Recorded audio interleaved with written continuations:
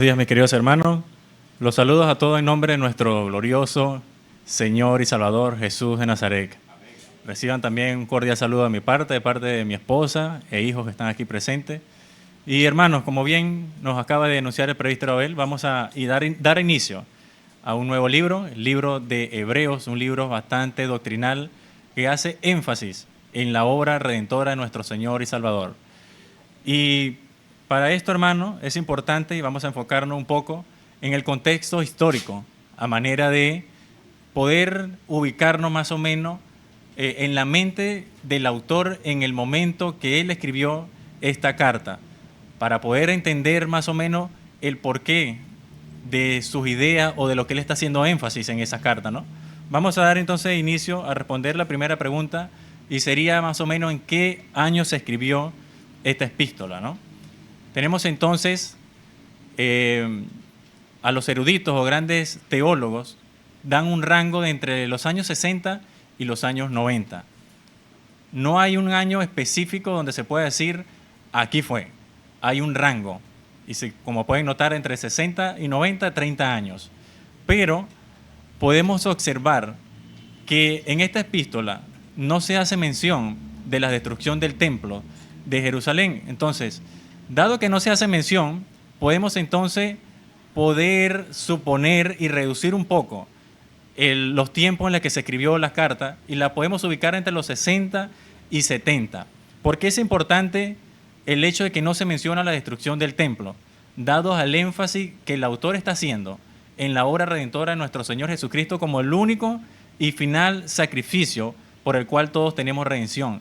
Sería imposible para el autor dar por sentado o pasarlo por debajo de la mesa, como decimos nosotros, y no mencionar un hecho tan importante que le daría mayor sustento o apoyo a lo que él quiere plantear a las personas que están escuchando en ese momento, mis hermanos. Entonces, entre los años 60 y 70, teniendo en cuenta que el templo aún sigue en pie. Ahora, la siguiente pregunta sería, ¿quién la escribió? Aquí, hermano, vamos a entrar un poco en las especulaciones, dado que en la carta no se menciona el nombre del autor de la epístola, pero tenemos algunas sugerencias de eruditos o teólogos de los primeros siglos que nos pueden dar una pista más o menos de quién la escribió. Y tenemos a 4 personas que se puede decir que fueron las más aclamadas por dichos teólogos o eruditos. El primero, Pablo, el apóstol Pablo, quien la mayoría se inclina a que fue su autoría, dado que los primeros padres del amanecer cristiano no tuvieron ningún problema, ninguno de ellos tuvieron ningún problema en decir que fue Pablo el que la escribió. Pero pasados unos siglos después, en el siglo III, por ejemplo, le hacen esta misma pregunta a Orígenes, ¿quién había escrito? Y él responde, con respecto a quién la escribió, solamente una cosa sé, que Dios lo sabe. Él ya no se atrevió. Estamos hablando en el año 226 después de Cristo, muy cerca de la fecha o muy cerca de la carta cuando se redactó esta carta, perdón. Entonces, ya habían estado divagando, algunos mejor dejaban por sentado el hecho de que no era importante quién la había escrito, sino de quién provenía. Los otros están Apolos, también se menciona a Lucas y se menciona a Bernabé. Bien, hermanos, entonces, como les digo, es completamente personal, si así lo podemos decir, tomar una postura, dado que no se menciona. Y mejor enfoquémonos en quién la escribió, mejor dicho, quién la reveló y quién fue el autor, nuestro Señor y Salvador o nuestro Padre Celestial, para la edificación de la iglesia, que es lo importante. Ahora, hermanos, ¿para quiénes fue escrita esta carta? ¿Quiénes eran los receptores de dicha carta? Podemos decir que eran judíos mesiánicos, como los conocemos hoy en día, judíos que habían aceptado a nuestro Señor y Salvador y que lo tenían a Él como el Mesías, valga la redundancia. Pero también tenemos que tener en cuenta que eran judíos en estos tiempos, se puede decir que inmaduros en la fe, habían sido influenciados fuertemente por la cultura helenista, lo cual vamos a observar un poco más adelante el porqué, y lo más importante, estaban sufriendo una persecución bastante fuerte. Se puede decir que una persecución terrible. Se menciona la persecución de Nerón en el año 64, el emperador Nerón, en donde durante 6 días y 7 noches se estima que asesinó aproximadamente a 2 millones de cristianos. O sea, una semana, hermanos. En esos tiempos, 2 millones de personas era una gran cantidad. Y se le atribuye a él que en solamente una semana logró asesinar a 2 millones de creyentes, 2 millones de cristianos.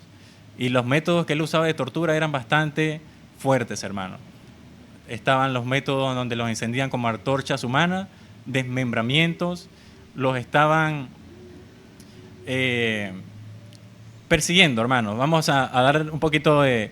Vamos a hacer a un lado los métodos que usaba el imperio, porque eran bastante fuertes, para silenciar a los cristianos o para llevarlos a negar a Cristo, que era el propósito.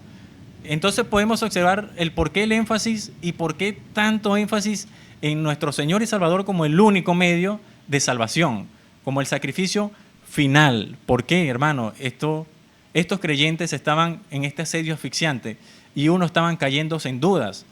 Es decir, tenemos que entender también por qué decimos que eran un poco inmaduros. Estaban sufriendo una transición en donde ellos veían el templo como lo más sagrado y los sacrificios para poder obtener el perdón de los pecados. Entonces, bajo este asedio, este asesinato cruel, muchos estaban preguntando, ¿será que nosotros estamos creyendo en el Mesías verdadero? ¿No será que nos estamos equivocando?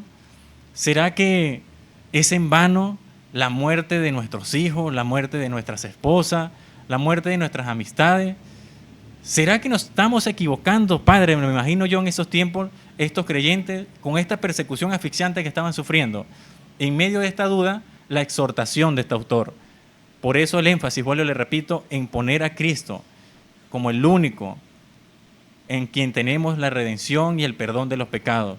La animación es mantenerse firmes en la fe y a no dar un paso atrás.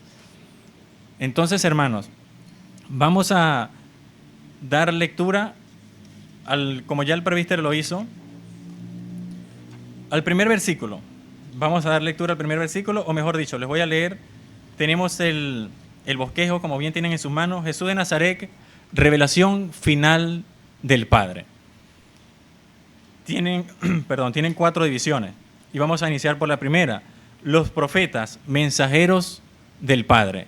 Vamos a dar lectura. ¿Qué nos dice el versículo 1? Dios, habiendo hablado muchas veces y de muchas maneras en otro tiempo a los padres por los profetas. Entonces, ya de entrada podemos observar que el autor ya le está atacando lo que ellos tienen en el conocimiento de las Escrituras. Ellos sabían, hermanos, ellos no eran personas ignorantes. Ellos sabían que Dios ya se había manifestado, que Dios había revelado y que Dios había hablado a través de los profetas, como dice acá, muchas veces y de muchas maneras, es decir, parcialmente había levantado hombres para ir revelando su mensaje, para ir dando su propósito, e incluso levantando hombres para confrontar el pecado que muchas veces el pueblo estaba practicando y llamarlos al arrepentimiento, incluso a la advertencia o la consecuencia del no arrepentirse, el juicio que vendría hacia ellos. Es decir, ellos tenían muy en claro que Dios era un Dios vivo y verdadero, que Dios había hablado y se había manifestado. Pero entonces, hablando de nuestro Señor y Salvador, más o menos nos podemos dar una idea. Estaba aludiendo a las profecías también, que se habían hecho de un Mesías que vendría y que haría la salvación, la restitución de su pueblo, que Él daría la vida. Podemos tener entonces Génesis 3:15, la primera profecía que se da de un Redentor. Una vez caímos en pecado y en transgresión y desobediencia, podemos ver de una vez el amor del Padre. En lugar de condenar y destruir absolutamente todo de una vez, porque estaba en su potestad hacerlo, por rebelde, Él dicta juicio, pero también nos da una solución. Da Génesis 3:15, a través de la simiente vendría un Salvador, uno que recuperaría aquello que ellos habían perdido en ese momento. También podemos observar Deuteronomio 18:18, donde se le habló al profeta Moisés que vendría un profeta igual que Él, donde haríamos bien en escucharlo, y a cualquiera que lo ignorara, ellos tendrían que rendir cuenta por las palabras que habían ignorado. Tenemos a Lucas 24, 25. Tenemos, Miqueas 5, del 2 al 5, donde nos habla dónde habría de nacer este Mesías. ¿Qué ciudad? En Belén, nos dice, ¿no? De allí vendría el Salvador. Entonces ya tenían la promesa, tendría que sería igual que Moisés, que hablaría palabra de Dios. Tenemos el lugar de donde él iba a nacer y tenemos a Isaías 53, donde se describe lo que había de padecer el Mesías, el Señor y Salvador. Entonces no eran ignorantes, y esto es importante saberlo, porque cuando vinieron los magos, por ejemplo, tenemos en Mateo cuando vinieron los magos preguntando por el rey, dónde había nacido. ¿Qué hizo en ese instante Herodes? Una vez llamó a los fariseos, a los escribas, y les preguntaron, ¿no?, ¿de quién están hablando? ¿Dónde habría de nacer? Y ellos automáticamente le respondieron, en Belén de Judea, porque así está escrito. O sea, ellos no eran ignorantes, ellos sabían, tenían muy en cuenta, tenían muy claras las profecías del Mesías que se les había sido revelada por los profetas. Bien, hermano, entonces, ¿qué podemos, teniendo en cuenta estas personas judías, mesiánicas, teniendo el conocimiento de la palabra del Señor, qué podemos nosotros observar para poder aplicar a nosotros? La importancia, hermano, la importancia de tener en cuenta la Biblia entera, la Escritura entera como palabra de Dios, desde el Génesis hasta el Apocalipsis. Es increíble, hermanos, que lamentablemente el día de hoy tenemos muchas personas haciendo división de la Biblia, diciendo que el Dios del Antiguo Testamento es uno muy diferente al Dios del Nuevo Testamento. Y no es así, hermano. Es completamente palabra de Dios. Allí están las promesas y el por qué es necesario un Mesías. Allí vamos a conocer el carácter del Padre, que es un Dios justo, misericordioso, pero que también necesita castigar el pecado. Y allí comprendemos entonces por qué la necesidad de un Mesías, de un Señor, de un Salvador para nuestras vidas. Ahí, en lugar de obtener o agarrarle o tenerle miedo al Padre, nosotros lo vamos a amar aún más, sabiendo lo grande que es en misericordia y lo grande y amoroso que es, y también su justicia. Importantes entonces, hermanos, vamos a dar lectura y lo voy a invitar a que por favor abran sus Biblias y ubiquen Lucas 24, 25. Lucas 24, versículo del 25 al 27. Con respecto a la importancia del estudio de la palabra del Señor, comenzando desde el Génesis hasta el Nuevo Testamento. Dice así la palabra del Señor. Entonces Él les dijo, está hablando con dos hermanos que iban camino a Emaús, ¿no? Y Él se les presenta. Él no se les revela quién era, se les presenta como un caminante más y se les une al paso. Y ellos le están conversando acerca del Mesías que había sido crucificado. Y Jesús le dice, entonces Él le dijo, oh insensatos y tardos de corazón, para creer todo lo que los profetas han dicho. ¿No era necesario que el Cristo padeciera estas cosas y que entrara en su gloria? Y comenzando desde Moisés y siguiendo por todos los profetas, le declarabas en todas las Escrituras lo que de Él decían. Hermanos, es importante observar acá, el Señor y Salvador ya resucitado, era necesario que Él se pusiera o se colocara a explicarle. No era mejor que Él se revelara y se le mostrara como resucitado y ellos iban a creer en el instante. Pero no, podemos ver la importancia que el Señor les da a que primero comprendan las Escrituras, lo que de Él se decía, cómo iba de padecer, cómo iba de sufrir y resucitar, para que ellos en su corazón obtuvieran la convicción de que el Padre había hablado y que el Padre había cumplido todas las promesas en Él. Solo así se tiene la convicción en el Señor y Salvador. Cuando estudiamos completamente las Escrituras, las entendemos y tenemos esa convicción que se vuelve inquebrantable en las circunstancias adversas que nos pueden pasar a cada uno de nosotros en nuestras vidas. El Señor mismo nos da ejemplo acá. Los lleva a las Escrituras y les explica paso por paso, libro por libro, comenzando desde Moisés hasta los profetas. Y una vez ellos tienen la convicción en su corazón, los invitan a comer y ahí después se les revela. Bien, hermano. Tenemos a 2 de Timoteo 3, 16, 17. Les voy a hacer lectura. Dice así: toda la escritura es inspirada por Dios, útil para enseñar, para redarguir, para corregir, para instruir en justicia, a fin de que el hombre de Dios sea perfecto. Y ojo con esto último que dice acá, hermano: enteramente preparado para toda buena obra. Es imposible que nosotros podamos servir, hermano, a la iglesia de manera correcta si no hemos sido instruidos correctamente en la palabra del Señor. Podremos tener muy buenas intenciones, quizás, pero si usted no viene con un corazón lleno de convicción acerca de quién es Jesucristo, lo que ha hecho por usted, lo que ha hecho por nosotros y la salvación que nos ha regalado, es imposible que usted pueda servir de buena manera o con la intención correcta. El Señor es el que prepara nuestros corazones a través de sus escrituras y nos lleva a la iglesia luego a servir y a dar lo mejor que podamos, siempre pensando en que es Él el que obra a través de nosotros, de nuestros corazones, siempre para su gloria y para su honra. Hermanos, tenemos entonces claro lo que quiere decir el hermano cuando arranca y haciendo énfasis en los profetas. Vamos a leer entonces el versículo 2, o la segunda división que tiene: Jesús, mensaje de Dios encarnado. Dice así el versículo 2: en estos postreros días nos ha hablado por el Hijo, a quien constituyó heredero de todo y por quien asimismo hizo el universo. Podemos observar entonces, ya les dijo, nos habló por los profetas, ya nos dio profecía de cómo había de venir, cómo iba a sufrir. Ahora no nos habla por profeta de manera parcial. Ahora no es de manera temporal, cada cierto tiempo, para revelarnos su propósito. Ahora nos ha hablado por medio de su Hijo. Hermanos, el énfasis directamente que le hace aquí: si nosotros nos sometíamos a la palabra de los profetas que nos hablaban a través de Dios, ¿cuánto más no vamos a someternos a la palabra del Hijo, en la palabra del Dios encarnada? ¿Cuánto más no haremos bien en sostenernos firme en nuestra fe, en nuestras convicciones, colocando solamente nuestros ojos en lo que Él nos ha prometido, nos ha dado a través de su palabra?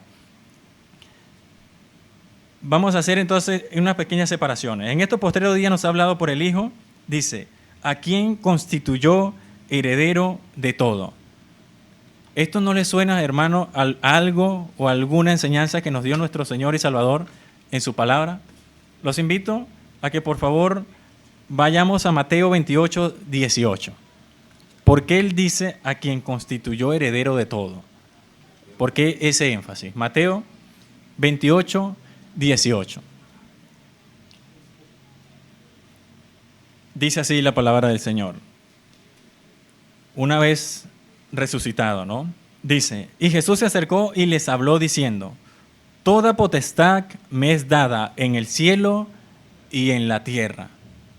Toda potestad me es dada en el cielo y en la tierra. Por tanto, id y haced discípulos a todas las naciones, bautizándolos en el nombre del Padre, del Hijo y del Espíritu Santo, enseñándoles que guarden todas las cosas que les he mandado. Y he aquí, yo estoy con vosotros todos los días hasta fin del mundo. Entonces podemos observar que el énfasis que él está haciendo aquí no es porque él está haciendo un poema que le parece bonito, vamos a hablar de que él es el heredero para que los hermanos crean y no duden. No, es algo que el Señor mismo les reveló y les habló. Él recibió toda potestad en el cielo y en la tierra, por ende es el heredero del Padre directamente. El segundo énfasis que vamos a ver dice: y por quien asimismo hizo el universo. Una declaración bastante grande, hermanos, donde podemos entrar y hacer bastantes analogías, incluso traer metáforas para entenderlo. Pero que es muy claro. Vamos mejor a preguntarle o a buscar en las Escrituras qué nos dice lo que significa por quien hizo el universo. Y vamos a Juan. Juan capítulo 1, versículo del 3 a 4, nos dice la palabra del Señor. Todas las cosas por Él fueron hechas, y sin Él nada de lo que ha sido hecho fue hecho. En Él estaba la vida, y la vida era la luz de los hombres. Más claro, hermanos, imposibles. Por medio de Él fueron hechas todas las cosas, y sin Él nada de lo que ha sido hecho fue hecho. En Él, o por medio de Él, se creó todo lo visible e invisible, hermanos. Es una declaración clara y contundente. El autor aquí, les repito, el énfasis que le hace es el por qué tenemos que fijar nuestras miradas en Él, por qué tenemos que poner nuestra confianza solamente en Él. Y vamos entonces a leer por qué, nos preguntamos, ¿por qué el autor hace el énfasis en decir todas estas declaraciones? Los constituyó heredero de todo y por medio de quién hizo el universo. ¿Por qué esta insistencia a exhortar a los hermanos que se mantengan firmes solamente escuchándolo a Él? Vamos a ubicar Juan 12, 48 al 50. Y ahí vamos a encontrar el por qué tanto énfasis en la obra de nuestro Señor como heredero y por medio de quién se hizo el universo. Juan 12, 48 al 50 dice así la palabra del Señor. El que me rechaza y no recibe mis palabras, tiene quien le juzgue. La palabra que he hablado, ella le juzgará en el día postrero, porque yo no he hablado por mi propia cuenta. El Padre que me envió, Él me dio mandamiento de lo que he de decir, de lo que he de hablar, y sé que su mandamiento es vida eterna. Así pues, lo que yo hablo, lo hablo como el Padre me lo ha dicho. Es decir, hacemos entonces el énfasis de Jesucristo como el mensaje encarnado del Padre. Él no vino a decir lo que se le ocurrió, sino a obedecer y a transmitirnos directamente lo que el Padre les ordenó. Y por eso el énfasis, vuelvo y le repito, del autor a estos hermanos que están en medio de persecución y están cayendo en dudas del por qué es necesario escuchar, y no solo escuchar, de obedecer a la palabra encarnada del Dios vivo en Jesús, nuestro Señor y Salvador. Tienen consecuencias, hermanos. Sí, tienen muchas enseñanzas, pero no solamente es escucharlas y decir amén, qué bonito y qué bueno era nuestro Señor Jesús. El hecho de escucharlas solamente te está dando dos caminos. Camino para salvación, si la escuchas, la guardas en tu corazón y la obedeces, o camino de condenación, si decides ignorarlo. Es así de radical nuestro Señor Jesucristo, por amor a nosotros mismos, por amor a nuestras almas. Él hace siempre énfasis y no deja lugar a dudas para la importancia del poder escuchar y obedecer. Y también, hermanos, lo importante de la oración, porque nosotros como humanos tenemos que tener en cuenta, y seamos honestos, es imposible, hermano, cuando escuchamos las enseñanzas de nuestro Señor Jesucristo y lo que Él pide de cada uno de nosotros, es imposible por nuestra propia fuerza y por nuestra cuenta en un mundo caído, hermano, en un mundo donde el nombre de nuestro Señor Jesucristo es vituperiado y motivo en muchas ocasiones de burlas. Es imposible mantenernos en pie si no nos sometemos en oración y en constante lectura de la palabra para que el Señor vaya obrando en nuestros corazones, vaya moldeando nuestro carácter, haciendo a un lado el yo para darle paso a Él, muriendo a nuestros propios gustos, a los que nos satisface o a los que nos gusta. Y muchas veces, hermanos, es doloroso. Es doloroso porque hay cuestiones que nos gustan, pero que es necesario soltar para que Él pueda ser glorificado de manera correcta en nuestras vidas, porque tenemos que ser conscientes, somos herramientas que el Padre quiere usar para llevar a cabo su propósito y voluntad. Claro que somos salvos en el nombre de nuestro Señor Jesús, si lo has aceptado de corazón, con un corazón humillado y contrito, pero el Padre te quiere salvo, pero te quiere usar también como una herramienta en sus manos para poder llevar la predicación del Evangelio con tu vida, dar testimonio a todos aquellos que te rodean y preguntar, o que ellos se pregunten, ¿qué tiene este hermano que a diferencia de lo demás en las adversidades permanece firme y parece estar contento siempre? ¿Qué tendrá? Es ahí donde tú podrás dar testimonio, hermano, de quién es el Señor. No somos nosotros, hermanos, los que parecemos firmes. Si algo bueno pueden ver en nosotros, no somos nosotros. Es Cristo morando en nuestras vidas, es Cristo obrando en nuestras vidas, moldeándonos a su carácter, siendo nosotros ahora semejante a Él para su gloria y honra. hermanos, vamos a leer entonces, a pasar. Ya tenemos por qué el énfasis de las profecías, de los profetas, del Padre, habiendo hablado de muchas maneras y en diferentes tiempos. Vamos a ver entonces la tercera división que nos dice: Jesús, imagen del Dios vivo y sacerdote eterno. Vamos viendo como por escala, ¿no?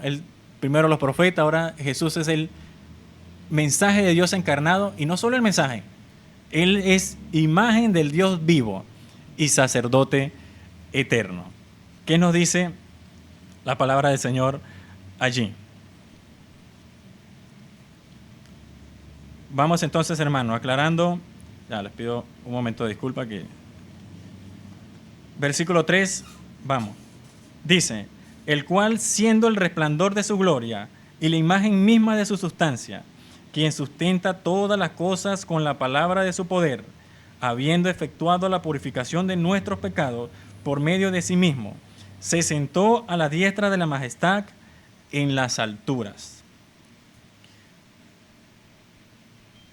Nuevamente, hermano, el cual, siendo el resplandor de su gloria y la imagen misma de su sustancia, y quien sustenta todas las cosas con la palabra de su poder, habiendo efectuado la purificación de nuestros pecados por medio de sí mismo, se sentó a la diestra de la majestad en las alturas. Vamos a hacer entonces una división. Vamos a explicar qué significa el cual, siendo el resplandor de su gloria y la imagen misma de su sustancia. Él no solamente está diciendo que Jesús es un hombre más, mensaje del Dios encarnado, sino que en Él habita, como Pablo nos lo enseña en Colosenses 2:9, en Él habita la plenitud, en Él habita corporalmente la plenitud de la deidad. En otras palabras nos está diciendo: ustedes están viendo y están escuchando al mismo Dios. Él es Dios, porque Dios está en Él y Él está en Dios. ¿Por qué más o menos hace el énfasis Él en resaltar esto? Vamos a leer, hermanos. Buscamos entonces Juan 14, del 8 al 11. ¿Por qué Él hace el énfasis de querer decirles a ellos: están viendo, escuchando y están viendo al Padre directamente? Juan 14, del 8 al 11. Dice así la palabra del Señor. Felipe les dijo: Señor, muéstranos al Padre y nos basta. Jesús les dijo: ¿tanto tiempo hace que estoy con vosotros y no me has conocido, Felipe? El que me ha visto a mí, ha visto al Padre. ¿Cómo pues dices tú, muéstranos al Padre? ¿No crees que yo soy en el Padre y el Padre en mí? La palabra que yo os hablo, no las hablo por mi propia cuenta, sino que el Padre que mora en mí, Él hace las obras. Creedme que yo soy en el Padre y el Padre en mí. De otra manera, creedme por las mismas obras. Entonces, hermanos, estamos observando el porqué, el énfasis del autor a estos oyentes en duda, diciéndoles: hermanos, estamos viendo la imagen de Dios misma. Él es el resplandor de su gloria. No duden en ningún momento. Les implora prácticamente a través de este relato el hecho y la importancia, nuevamente, y el énfasis de tener a Jesús como el único Señor y Salvador. Que no entren en duda. Quizás las dudas que estaban teniendo ellos en ese momento era que ya no estaban haciendo sacrificio, estaban siendo perseguidos por el Imperio Romano y estaban siendo rechazados por sus propios familiares, incluso por la religión que hasta ese entonces ellos tenían. Los judíos no los querían ver, los expulsaron de la sinagoga, eran declarados anatemas. Y en medio de esta duda tenemos entonces la segunda parte que nos dice, para aclararle: habiendo efectuado la purificación de nuestros pecados por medio de sí mismo, se sentó a la diestra de la majestad en las alturas. ¿Qué quiere decir esto, hermanos? Ella le está explicando, como bien le digo, ellos eran muy conscientes y tenían muy claro lo que significaba el templo y los sacrificios que allí se hacían. Él les está diciendo: hermanos, ya ustedes no necesitan sacrificio de animales. Ya ustedes no necesitan esperar una vez al año para entrar al lugar santísimo y poder recibir expiación y purificación plena de los pecados y de las culpas que cargan encima. Él está diciendo aquí: Jesucristo es ese sacrificio vivo y eterno Solo a través de Él ahora obtenemos el perdón de nuestros pecados.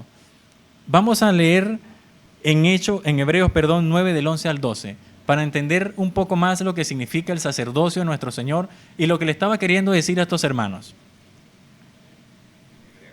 Hebreos 9 del 11 al 12. Dice así la palabra del Señor. Pero estando ya presente Cristo, sumo sacerdote de los bienes venideros, por el más amplio y más perfecto tabernáculo, no hecho de manos, es decir, no de esta creación, y no por sangre de machos cabríos ni de becerros, sino por su propia sangre, entró una vez para siempre en el lugar santísimo, habiendo obtenido eterna redención. Bien, hermanos, está clarísimo lo que le está queriendo explicar aquí la obra de Cristo nuestro Señor como sacerdote. Ya no necesitamos, les repito, ningún intermediario. Cristo es el único intermediario y es el sacerdote por el cual obtenemos el perdón y la purificación de nuestros pecados. Es necesario, hermano, para nosotros los creyentes tener esto muy claro. No necesitamos cargar con culpas, nos vamos a equivocar, vamos quizás a cometer errores, claro que sí, somos humanos, pero en el momento que usted acepta que se equivocó, en el momento que usted ya lo reconoce, en el mismo momento usted también puede clamar a Cristo y en el instante usted es limpiado y perdonado. Y es necesario que de corazón usted lo crea, pues solo así ya su conciencia no lo acusará y podrá andar en comunión con el Padre, de manera tranquila, con conciencia limpia. ¿Y con qué vamos a justificar esta enseñanza? Vamos al libro de 1 Juan 1:9. Voy a hacerle lectura rápida. Dice, si confesamos nuestros pecados, Él es fiel y justo para perdonarnos y limpiarnos de toda maldad. En una ocasión estaba con mi hija leyendo las Escrituras y le hago lectura de este pasaje y me dice Michelle, papá, si confesamos nuestros pecados, Él nos perdona y de paso nos limpia. Le digo, sí, pues así es nuestro Señor. En el momento Él nos perdona y empieza a trabajar en nuestros corazones para limpiar todo aquello que te está cortando la comunión con el Padre, sea de carácter o sean problemas externos. Él va a orar y te va a llevar por el camino de justicia para que solo así pueda ser honrado y glorificado su nombre. ¿Por qué digo que ahora Él es el único intermediario? No necesitas un intermediario, no necesitas más ningún sacerdote ni más ningún padre para poder confesar tus pecados. 1 Timoteo 2:5 dice así la palabra del Señor. Porque hay un solo Dios y un solo mediador entre Dios y los hombres, Jesucristo, hombre. Solo Él, hermanos, lo tenemos para el perdón de nuestros pecados. Solo Él es el mediador. Con esto no estoy diciendo que no busquemos ayuda dentro de la iglesia, quizás de hermanos que sean maduros o de los pastores, para que nos guíen, para que nos orienten y poder tener en cuenta el cómo trabajar esos aspectos de nuestra vida que nos está afectando. No estoy diciendo eso. Estoy diciendo que el único que te puede perdonar y que te puede ayudar a limpiar de manera efectiva es Jesús nuestro Señor. Una vez confesado con Él, puedes usar todos los medios posibles para empezar a trabajar y obrar de manera que tu carácter y tu personalidad se amolde al propósito que Él ha establecido en cada uno de nosotros, hermanos. Vamos entonces a pasar a la cuarta división. Nos dice Jesús superior a los ángeles. Haciendo el estudio, hermanos, como les mencioné en un principio, ellos habían estado siendo influenciados altamente por la cultura helenista. Ellos habían caído quizás en el error de adorar ángeles y pedir a los ángeles cosas que no era desde el principio, no era permitido en las Escrituras, pero ellos tuvieron una mala idea, una mala interpretación y empezaron a buscar en estos ángeles cosas que solamente Dios nos puede dar y que solamente Jesucristo como el heredero, Hijo de Dios, ahora también nos puede dar. ¿Por qué o con qué podemos respaldar esto? La misma Escritura, hermano, nos da el respaldo. Podemos leer en Colosenses 2:19. Dice, nadie nos prive de nuestro premio, efectuando humildad y culto a los ángeles, entremetiéndose en lo que no ha visto, vanamente hinchado por su mente carnal, y no haciéndose la cabeza en virtud de quien todo el cuerpo, nutriéndose y uniéndose por las coyunturas y ligamentos, crece con el crecimiento que da Dios. Entonces podemos entender por qué nos dice la palabra de Dios en el versículo 4. Hecho tanto superior a los ángeles, cuanto heredó más excelente nombre que ellos. Él es superior a todos, hermanos, a todos los ángeles. No hay nada que usted tenga que hacer buscando la intermediación o pidiéndole a ángeles cosas que ya el Señor cumplió y que solamente Él te puede dar. A Él y solo a Él debemos nuestras vidas. Si hemos obtenido la salvación o nos hemos arrepentido y lo hemos aceptado como el único Señor y Salvador. Vamos a leer Hechos 4:11 al 12, les voy a leer rápidamente. Dice así la palabra del Señor. Este Jesús es la piedra reprobada por vosotros los edificadores, la cual ha venido a ser cabeza del ángulo. En ningún otro hay salvación, porque no hay otro nombre bajo el cielo dado a los hombres en que podamos ser salvos. Amén, hermanos. Entonces, podemos ver rápidamente estos hermanos que estaban siendo atacados, perseguidos, asesinados brutalmente. El énfasis y las divisiones del mensaje en la nada más introducción que él hace para estos hermanos. Los profetas nos hablaron, sí, de manera parcial, de manera temporal. Ahora Jesús nos habló como mensaje final y completo, y haremos bien en escucharlo solamente a Él. Él no es solamente el mensaje de Dios encarnado, Él es la imagen del Dios vivo y también el sacerdote eterno, único sacerdote, por medio de quien obtenemos la redención y el perdón de nuestro pecado, y el único intermediario entre Dios y los hombres. Y Jesús es superior a todos los ángeles. Nada más con esta introducción, hermanos, creo que los hermanos en ese momento tuvieron que haber sido bastante tocados, y espero que ustedes, hermanos, también les haya impactado en sus corazones y que tengan en claro que a pesar de las dudas, diferentes adversidades que tenemos a un Señor, tenemos un Salvador, al cual haremos bien en someternos, no solamente a escucharlo, no solamente a decir amén y qué bonito la enseñanza de nuestro Señor. La palabra del Señor, como bien les expliqué en un principio, es una espada de doble filo. Es palabra para salvación y vida eterna a los que escuchan y obedecen, o palabra de condenación eterna también para los que le ignoran. Meditando, hermanos, podría decir, oraba al Señor, ¿cómo nosotros podemos obtener una reflexión para nuestra iglesia en nuestros tiempos? Dado que nosotros en estos tiempos estamos, se puede decir que tranquilos, no estamos sufriendo ninguna persecución. Hablo de Lima, en esta parte del mundo especialmente, porque si esta carta se leyera en Siria, Corea del Norte o en China, donde hay hermanos que están sufriendo persecución real, persecución de muerte. Y bastante, hermano. En Siria es preocupante la situación hasta el sol de hoy. Hay cristianos que están siendo perseguidos y asesinados brutalmente, junto con su familia. Iglesias quemadas completas con los hermanos allí dentro. Y decía, Señor, ¿cómo podemos nosotros entonces traer una enseñanza a nuestra iglesia a la cual tenemos tanta tranquilidad? Este mensaje, en vez de exhortarnos a nosotros, hermanos, nos debería humillar en un sentido. ¿Por qué, hermanos? Nosotros no estamos sufriendo ningún tipo de persecución. Tenemos libertad de culto. Podemos asistir a las iglesias que querramos, a la hora que querramos. Tenemos libertad para leer las Biblias en cualquier momento, de diferentes idiomas, en diferentes traducciones. Tenemos libertad incluso para salir a las calles y con libertad predicar el Evangelio de Cristo.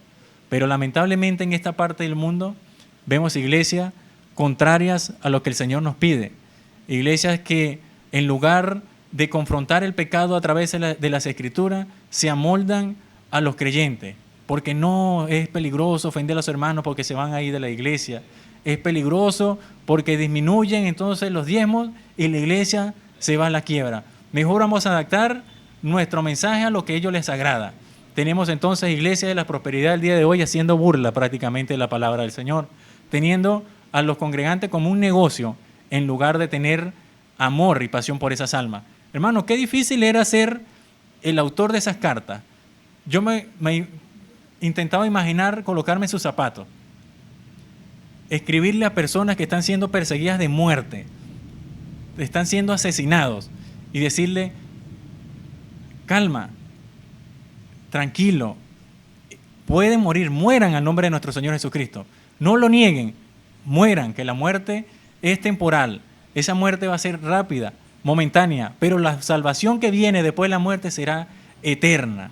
Entonces, qué difícil, hermano, sería para un hombre que no ha comprendido las Escrituras, que no ha comprendido el mensaje de Cristo y que no tiene la convicción en el corazón plenamente de lo que significa ser creyente, de lo que significa entregarle la vida a nuestro Señor y Salvador Jesús de Nazaret, porque solo así, desde este púlpito, en las iglesias, podremos exhortar a los hermanos, amando a los hermanos a ustedes. Nosotros, incluso a los que tenemos familiares que no son creyentes, a veces corremos el riesgo por amor a ustedes, al ser menos amados por ustedes. Nosotros los amamos tanto que corremos el riesgo que nos dejen de amar a nosotros, para que ustedes sean confrontados por la palabra del Señor. No es porque estemos locos, es que hemos comprendido lo que el Señor nos enseña en su palabra, y es necesario que ustedes sean confrontados para que vengan en arrepentimiento y lo acepten como el único Señor y Salvador, y sean participantes también de la gloria venidera junto con aquellos que han creído en el Evangelio de Cristo. Es necesario, hermanos, que oremos por la iglesia, que pidamos hombres y mujeres valientes, que de verdad entreguen su corazón, que no vean la iglesia como un negocio, sino como lo que son almas por las que Cristo entregó su vida y derramó su sangre. Solamente así, hermanos, la iglesia de Cristo va a crecer, la iglesia de Cristo va a ser expandida y el Evangelio podrá ser llevado a los rincones donde es desconocido el nombre de nuestro Señor y Salvador Jesús de Nazaret, hermanos. Oremos al Señor, a nuestro Padre Celestial, para que primeramente, en lugar de fijarnos y pedir para que levante a otros, nos levante a nosotros mismos. Oremos al Señor primeramente para que nos pida, para que nos ayude, a nosotros a renunciar el yo y al entender sus escrituras y a entregar nuestra vida, nosotros primeramente, a Él, para luego servirle a su iglesia, a sus ovejas, como la palabra lo llama. Solamente así podremos ser parte de una iglesia viva, verdadera y con poder, con audacia y con convicción en el nombre del Señor Jesús de Nazaret. Hermanos, llevémonos esto del día de hoy con este mensaje introductorio que nos da la palabra del Señor. Enfoquémonos realmente en entender la obra de nuestro Señor y Salvador, de quién es Él. Busquémoslos a través de las Escrituras y comprendamos lo necesario que es renunciar al yo, hermano. Renunciar al yo para poder darle paso a Él. Hermanos, por favor, les pido que inclinemos nuestros rostros. Vamos a hacer una oración. Padre, gracias por la oportunidad que me has dado el día de hoy de poder hablar acerca de tu palabra, Señor. Gracias por cada uno de los hermanos que hicieron presencia el día de hoy. Te pedimos, Señor, que esta palabra cale en nuestros corazones, en nuestras mentes, en nuestras conciencias. Ayúdanos, Señor, a edificarnos de manera que podamos servirte como herramientas útiles en tus manos para llevar a cabo el propósito y voluntad que estableciste en nuestras vidas. Pero aquello que lo hemos entendido, Señor, danos mucha mansedumbre y humildad para poder presentar defensa sin arrogancia, sin soberbia, sin orgullo, sin querer lastimar los sentimientos de otras personas, porque es lo que no queremos, pero sí, Señor, a presentar defensa de tu Evangelio, claro y contundente, como tú nos los has enseñado en tu santa palabra. En el nombre de tu Hijo amado, nuestro único Señor y Salvador, Jesús de Nazaret, te lo pido así. Amén.